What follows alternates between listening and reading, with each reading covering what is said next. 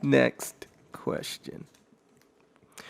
Jocko, is detachment something you do in real time, or is it before or after an event? I think I've heard you describe both. Is it both? No, it is not both. It is not both, actually. And if you think about it, okay, the detachment that we're talking about is when you get involved in these situations, you got to detach yourself from them so that you can make good decisions, so that you can see things clearly, so that you can assess things clearly. That's why you detach from these situations. Mm-hmm. So technically, if before or after an event, you are detached from them. Right. Because they're not happening at that time. Yeah. Now, I guess you could be so emotional about an event that even after it happens, you could still not see it clearly because you can't detach from it. So I guess I could give it to you that, okay? Yeah, that's true. And before it, you could be so amped up about it and so nervous about it and so emotional about it that I guess beforehand you could. So I guess I am wrong. I am talking about detaching throughout the process.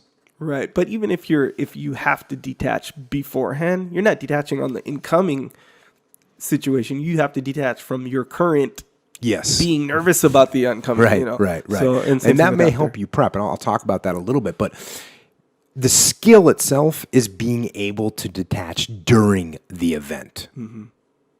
And I'll tell you, once you do detach from it, it's actually pretty easy, but to punch through that gravity that your brain makes with emotion and chaos and mayhem, that's the hard part. Mm-hmm. The hard part is to notice that you're stuck in the gravitational pull of all that emotion.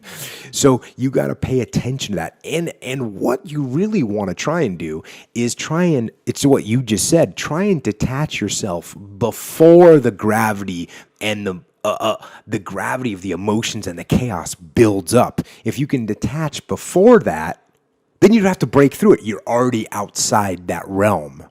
And so then it's much easier. So it's like there's quicksand in front of you, and it's much easier to just see the quicksand and just say, I'm not going to step in there, than it is to walk in there, go up into your waist and start getting sucked down and then decide, I'm going to pull myself out of that. It's a lot harder. Yeah.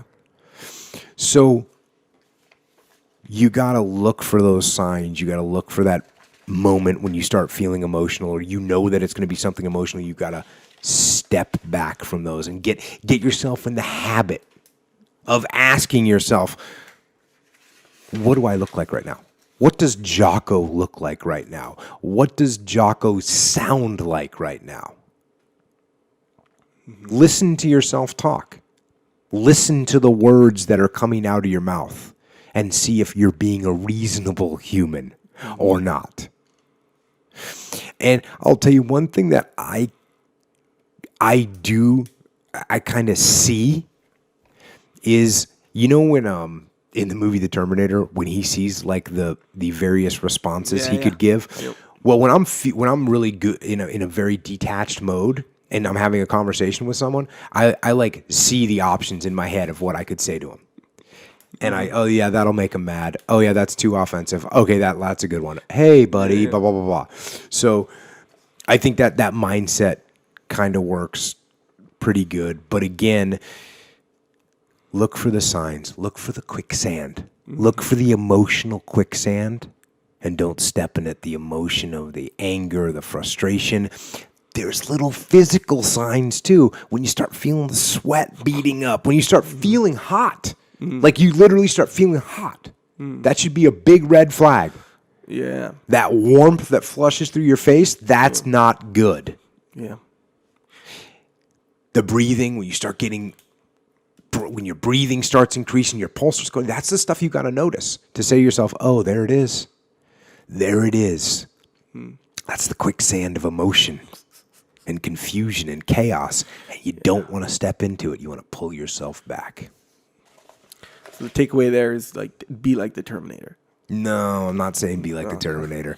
That was a comparison of thinking, of being able to visualize the options that you have. And if you're emotional, you don't think like that. When you're emotional, you're just blurting out whatever is going to come out of your mouth. But when you're detached a little bit, you go, okay, I could say this, I could say that. Oh, this is answer 3, and you say it. It's like a problem-solving tactic. Yeah, don't you think it's interesting? Because on the Terminator, he blurted out, analytically, an emotional response because he was acting like a person. Remember that? You remember what he said, right? I don't. A bunch of profanity. When he's in the thing, he's all shot up, and the superintendent or whatever, whatever, is knocking on the motel door. He's like, "Hey, buddy, you got a dead cat in there or what?" Because all these flesh is riding off. So he looks through his responses, and they're pretty funny if you read them. I forget exactly what they are, but he goes, the one he chose was "fuck you, asshole." That was it. Instead of all, Yeah.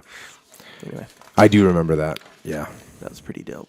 The fake emotions, which I've talked about before, sometimes you got to use the fake emotions. The switcheroo. Yeah. Or is that what's good for the goose is good for the goose? No, it's like when your kid is they're not listening to what you're saying. You're not having the impact that you want to have, so you got to show a little bit of anger. Yeah. Turn up the heat. That's kind of good too, and don't get crazy with it, right? As far as with the kids, where if you show anger, not only is it like a powerful thing and they're like, "Oh shoot, this is powerful," it demonstrates to them that you care about what we're talking about right now. I care about exactly. This, rather than rather than I'm just a machine, a robot. Yeah.